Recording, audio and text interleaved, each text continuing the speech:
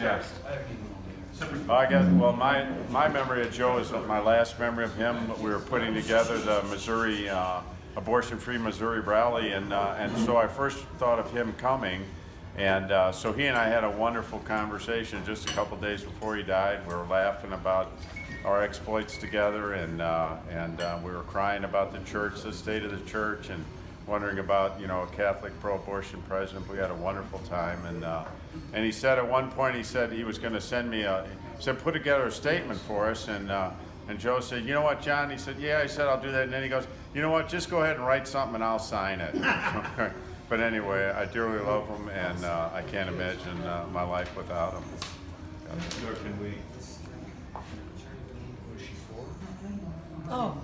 I'm Mary Mashmore, defendant Dan Barn, and my memory of Joe is he came into St. Louis and stayed with our family overnight. The next day we did a prayer service down at the abortion mill where he did an exorcism at the mill and convinced us to put miraculous medals inside the building.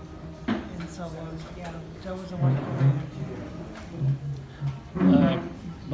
My biggest memory of Joe goes back a long ways, back when Joe was in prison in Florida, and it was thought that I resembled Joe, and I put a hat on, and actually I did. I looked in the mirror and I thought myself I looked kind of like him. And so Joe said that sometime, because he didn't know if he was going to be arrested if he went down to support the activity we had for Joan, and his thought was, well, dress me properly, put me on an airplane, and fly me someplace where he's wanted, and see if they pick me up. And all I gotta do is say, you got the wrong guy, and I'd be telling the truth. Joe Scheidler's noble.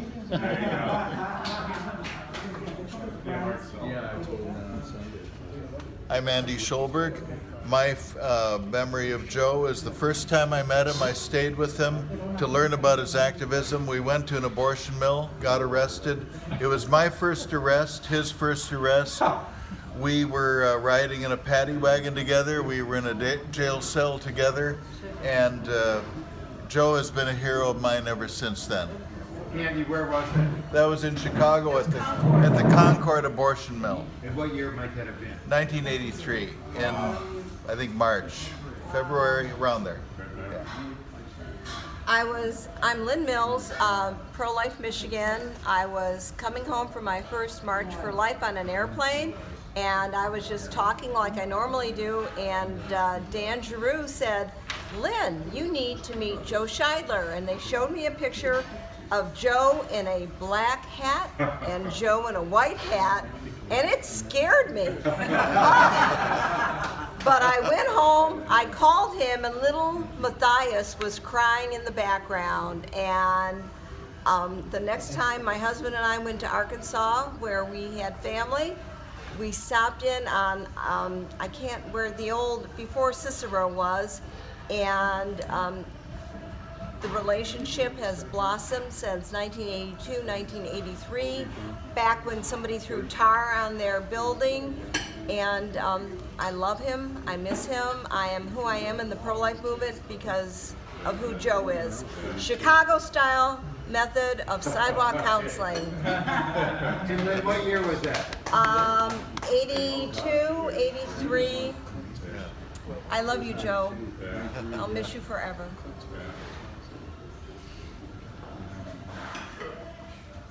I'm Chris Bell, and I probably know Joe the least among everybody here. When I started Homes in 1985, people were telling me about the pro-life movement, and one of the first people in books they mentioned was Joe Scheidler, 99 Ways to Close an Abortion Mill. And then, shortly after, it seems like I met him in Houston at a rescue. I met him in New York. I met him in Rome. It seemed like he was all over. I couldn't believe it. And I think what humbled me most is knowing his deep faith, his love of the Lord, his love of Our Lady. I heard him say it's through the rosary that we're going to end abortion.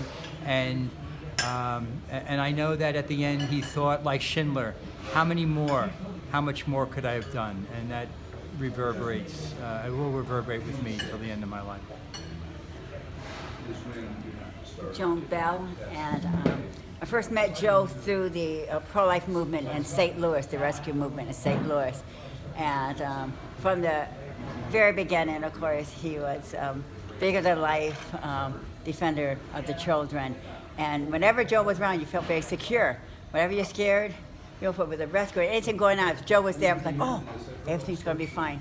But Joe was there. And I love him and will always miss him. And his family, phenomenal family. Ann and Eric and all the family are just the greatest. And we will always love them and pray for them, with them. And I know they're praying for us.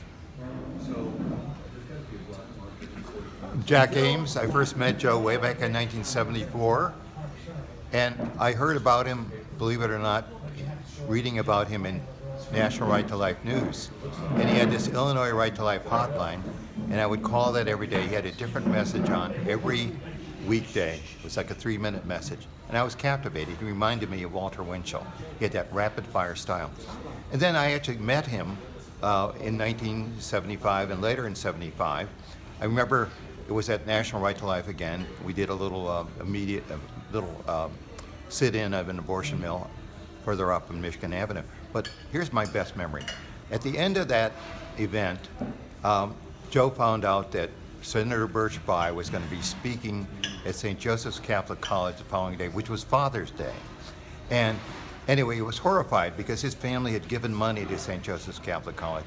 So we went back to my room at the Conrad Hilton Hotel. He tries to call the president and says, cancel Bayh or you're going to be embarrassed. Well, got through to the provost, and they tipped off the parents of the graduating senior.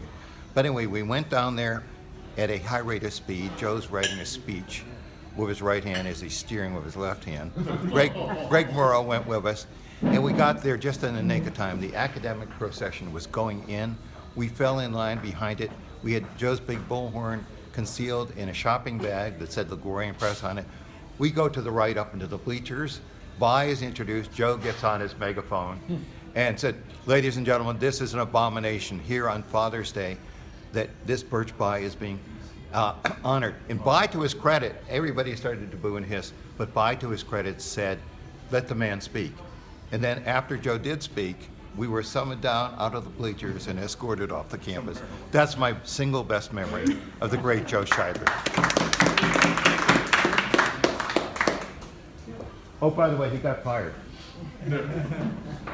I'm Preston Knoll with Tradition Family and Property. I don't know if this is my best memory, but it's something that I'll never forget.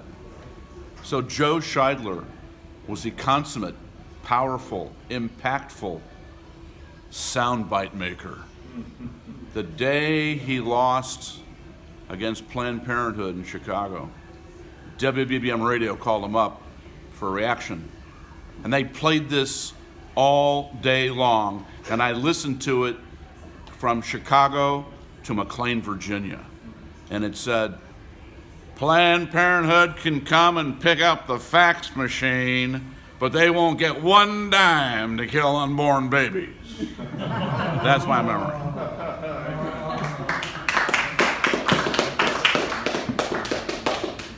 I'm Chris Slattery from New York City, and I was inspired to, in part, by Joe Scheidler's leadership to found the first pro-life pregnancy centers in New York City in the early 80s. I met Joe in 1980, and I've had dozens of encounters with him across the US and in Europe, and I could just mention a few. One of them was he really did not like Governor Mario Cuomo, who was one of the first outspoken pro-abortion Catholics in politics in America. And we did a joint protest against him at an event in Queens, New York. I did Operation Rescue with Joe in New York City in 1988. I remember asking Joe, how could you do this movement full time? A couple of years later, after a massive lawsuit I got involved with the National Organization of Women, I did go full time. That was in 1990. Joe was a man of faith. It drove his vision for the pro-life movement, and I've tried to copy his example. God bless you. to all the Scheidlers and all the pro-lifers across the world inspired by Joe.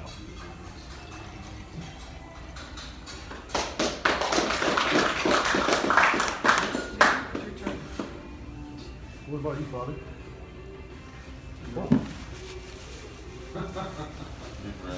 Hi, my name is Tim Murphy, and I'm a direct descendant of Gracie O'Malley, the 16th century pirate queen, and who terrorized the English fleet. And my most memorable time with Joe Scheidler was we were going from Centralia to Vandalia, trying to get ahead of the Clinton caravan in 1992, and we couldn't do it. Clinton would stop along the road, and so finally I took a side road, and I was going about 80 miles an hour in Joe's old black Chevy and a side road, and finally after going all this way, we were just at the end of the caravan, but we cut in ahead of the media car, so we were part of the Clinton caravan, and we were coming into Vandalia, Illinois, and both sides of the street were lined with pro-lifers holding abortion kills children signs, and we both had stop abortion now signs in our hand in Joe's black Chevy, and we were going, life yes, abortion no, Bill Clinton's got to go, and everybody was laughing and clapping and cheering, and so we get to the very top right by where the old state capitol was, and a state trooper jumped on the hood of the car and said, you can go no further, and he said, turn the car right now, you're going to jail. And I said, what do you mean? And Joe says, Tim, turn the car around. And I just want to thank Joe for being there to keep me from going to jail, and to showing me that discretion was the better part of valor.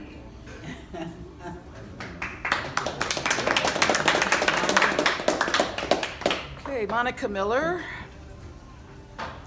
I met Joe in 1978 when I was only 24 years old.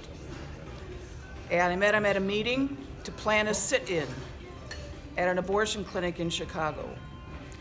And indeed, I participated in the sit-in, and that was my first arrest in March of 1978.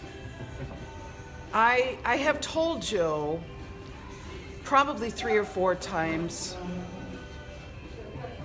he has had the most influence on my adult life than any other person in the world, even more than my own father. I developed a very close friendship with him.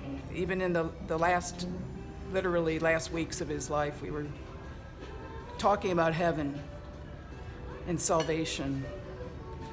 And I know that Joe is where he's always wanted to be, in the heart of our Lord in heaven. And I just totally love that man. So that's all I'm gonna say.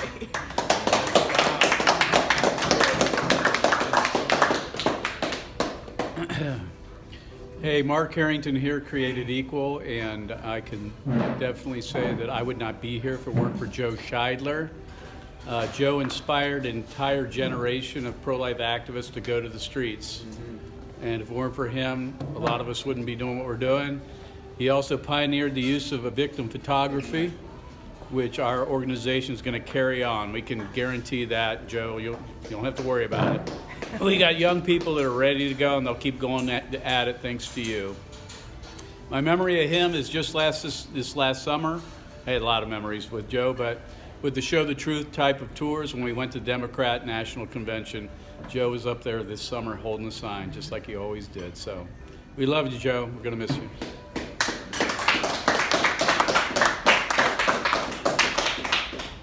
Hi, I'm Joe Wren, another Joe. And I remember one time I visited Joe at his office, and for some reason I wasn't wearing a pair of socks. I don't know why. But anyway, I think he took pity on me. He took me for lunch at that restaurant on Peterson, popular hangout. So that was just one memory that sticks in my mind. So is this just any memory or all of them? Whatever you want. 30 seconds. 30 seconds. 30 seconds. So that's in pro-life time. That's like 30 minutes. That's right. Joe Scheidler was my friend. And I could call him anytime, and he'd answer the phone every time, and he would say, "Young Troy." Yeah. And I could ask him anything, and he gave great advice. He'd been through it all. He had been betrayed and come back, and he was... One of the greatest traits about Joe is, even though he'd been stabbed in the back a million times, he still was gregarious and kind to the people that spitefully used him. And I try to I'd like to be a little bit better at that, but he was really a good-hearted man. And just last fall, I was on trial for RICO, racketeering and fraud and unfair business practices and all that stuff. And so I'm a convicted racketeer, but I was really proud to bring Joe out to our trial in San Francisco. We were on trial for 7 weeks, but he came out for 1 day. And I'll tell you, even the Planned Parenthood attorneys, and there was a phalanx of attorneys. They had like 30 attorneys over there, and we had 15 or 130. Yeah, so there's just a ton of attorneys, and very few people in the gallery. But here's Joe. Joe walks in, and they literally, even the pro-abortion attorneys, were like, "That's Joe Scheidler over there." And it was really cool to have him sitting on the defendant's side, right behind us, and in between the breaks, he would literally hold court outside of court, and people came far and wide to shake his hand and interview him and so forth. But it was an honor to know Joe. I know Joe is in heaven right now because he was such a good man. He loved Jesus. He was such a humble, kind soul, and I will miss the ability to call him and ask for advice and just to hear his voice. But we love him.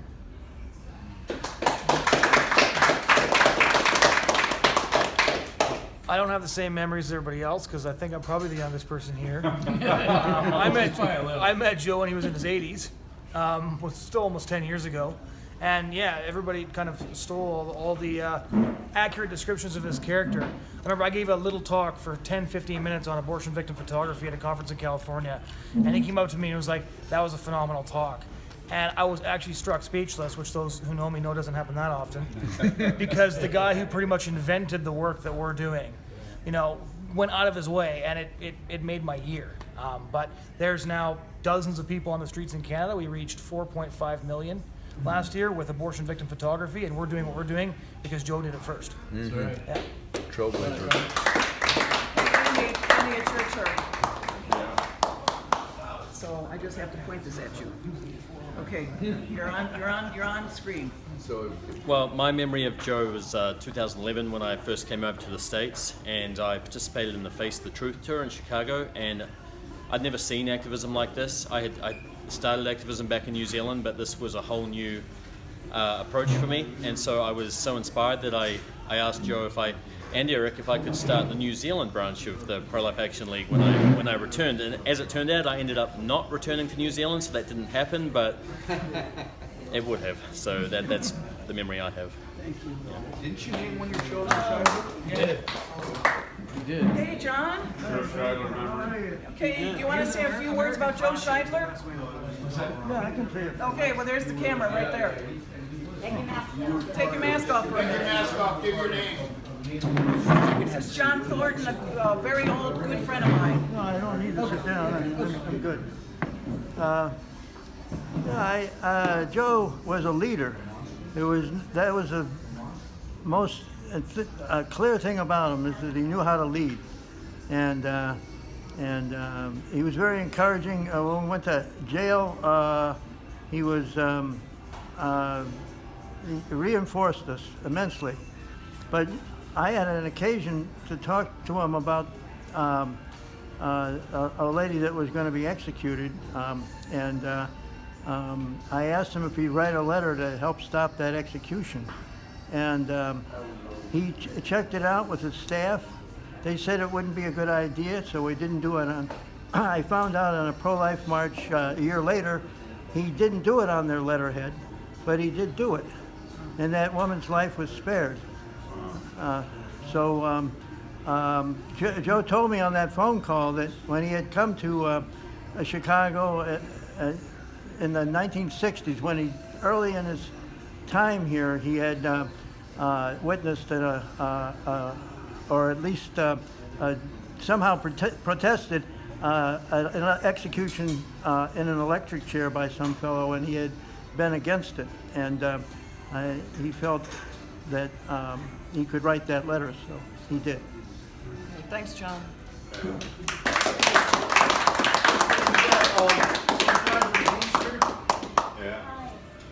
I'm Alicia Scheidler-Nagy, and first of all, one of my earliest memories that got me into being an activist was as a little girl standing here in Chicago at the O'Hare Airport with a placard saying, "Life, yes, O'Connor, no. Life, yes, O'Connor, no." And I remember, I didn't even know who O'Connor was or anything, but Uncle Joe was there, and I always thought it was funny when people would, you'd hear news about him being this horrible man or whatever. I was like, Uncle Joe, he's like the funnest uncle. He was my favorite with his bullhorns and his black hat. I was not at all intimidated. It all seemed like a fun joke because around us, he was just the one who played school with us. He told the stories. He had me convinced that the Telltale Heart happened in Hartford City. He showed me the house where it happened, and when I was in 7th grade, we read the story by Edgar Allan Poe, and I raised my hand. I was like, Edgar Allan Poe took this story from my Uncle Joe. I got a little lesson in history. So he had us all convinced, and he just made so much time for the children that you never knew he was like this major, mover in such an important culture war. I mean, he was right at the beginning of the war against women, against babies, against fathers, against our families. And as I got older and I realized who he was to other people, I just always was so grateful that I had that person to be like someone to look up to, and also to encourage me not to be afraid when my life took twists and turns, because I tried the religious life, it didn't work out for me, and I ended up with 8 kids. And I was like, well, Uncle Joe was going to be a Benedictine monk, and he was then a professor, and then, a journalist. But all of those things made him perfect for being a person to start up this kind of activism. He had the spiritual thing first, and then family, and then, that love poured out to everybody. So I'm so grateful that we get to all be here to celebrate his amazing life and carry on his work now that we have him as a general in heaven. We have our own personal advocate. Amen.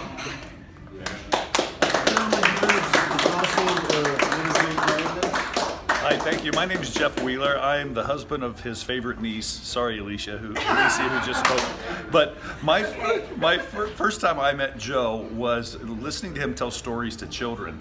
Not a deep issue, but what he had done was he had thrown handfuls of pocket change in the woods, then told a story that led to a car chase and ghosts in the woods. But somewhere in this mountain, centuries ago, a car had crashed, and centuries ago cars crashed, and the children didn't realize that the money all said 1980 to 2000 on it.